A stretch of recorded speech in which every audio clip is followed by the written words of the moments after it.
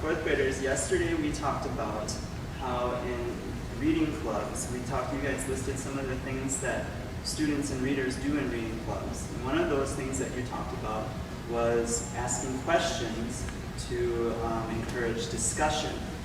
Okay, it's very important as a reading club that you discuss ideas so that you can get to know other people's ideas about a topic and also to expand your own understanding. Today what we're going to talk about is asking big questions to prompt discussion. Okay? So the question is, what are big questions? And what I did here is I listed some of the things that will help us determine whether or not you are asking big questions. So one thing that big questions do is they spark discussion. Okay? And you guys can see how I wrote this with the spark around it and a little bit of dynamite there. Because it's like when you ask a big question, all of a sudden all of this talking starts to happen. And it gets you excited about talking about the topic and sharing ideas. Usually big questions have more than one answer.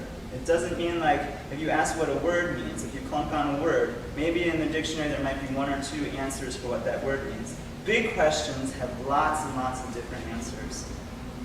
Big questions require inferring, and if you guys can look at here, maybe you can infer what I drew here. Inferring is using your background knowledge and also information from books. We add those together to get new information. It's a brain. A brain plus a book is inferring or background knowledge. Good question. Okay? Now, big questions lead to more questions, and we talked about that, how it sparks discussion. Big questions create greater understanding of a topic, and also how others, and I drew all these different kids here, how others think and feel about a topic. Okay? Big questions have different answers, and so maybe my answer to a question, a big question, would be different from your answer to a question. And when we share those answers in discussion, we have a better understanding as a whole. Okay? Now, yesterday we read an article from this weekly Reader's Magazine, and what I'm going to do is I'm going to give it to you and your partner to look at and see if you can remember any of the big questions we asked about the article. I'm going to share. Can you guys work together as three? See if you can remember any big questions that we talked about in our discussion. Is that one stuck together? Okay, Brianna, can you and Junkyo? Okay, so we're looking through the article and thinking about, were there any big questions?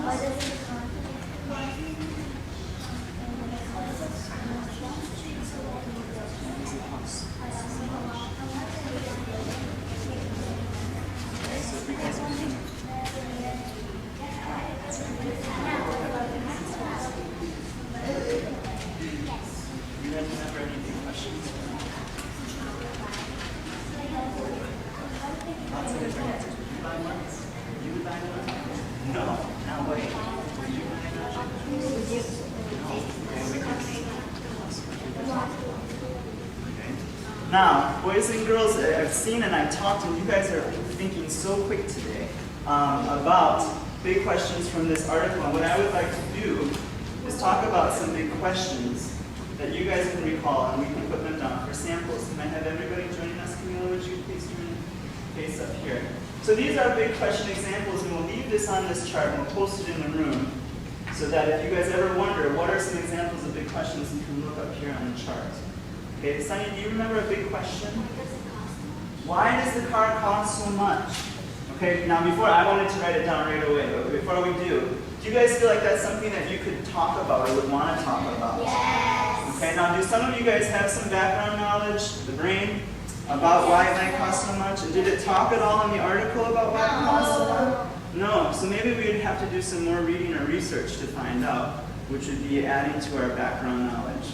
Okay, so it looks like it meets some of these things. Do you think people might feel differently about that? Yes. Yes. Okay, about why it costs so much?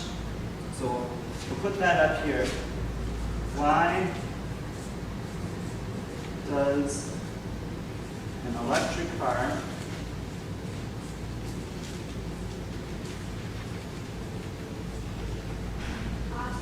cost so much? Okay, let's see if we can get one more sample. Okay, Alejandro. What color did they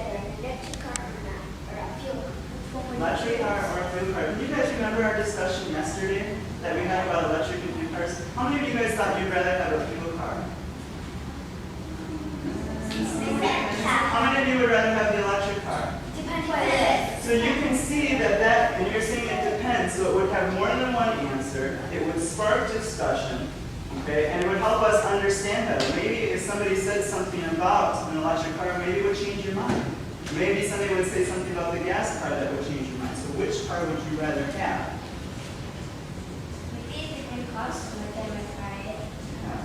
Yeah, if it didn't cost so much.